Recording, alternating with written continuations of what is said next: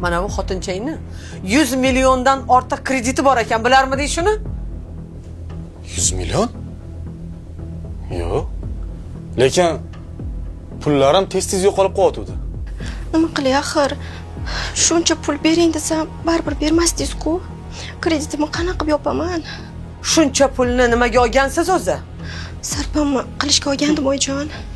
Oyim olavergin, baribir boy xonadonga kelin bo'lib tushvasan, hech narsa qilmaydi degandilar-da. Lekin boy bo'lsanglar ham g'irt qurumsoq ekansizlar-ku. Voy yuragim. Voy bu balo boshimga qayerdan keldi, a? Qayerdan kelganini aytaymi? Ha. Siz xolam bilan topgansiz mana shuni. Endi mazza qilib yashaylar.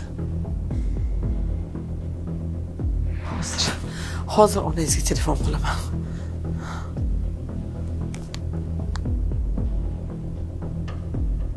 Alo. Quda? Bu sizni qiz berdingiz desam boshimga bitgan balo beribsiz-ku. U bilan birga millionlab qarzlarni bo'ynimizga ilibsiz.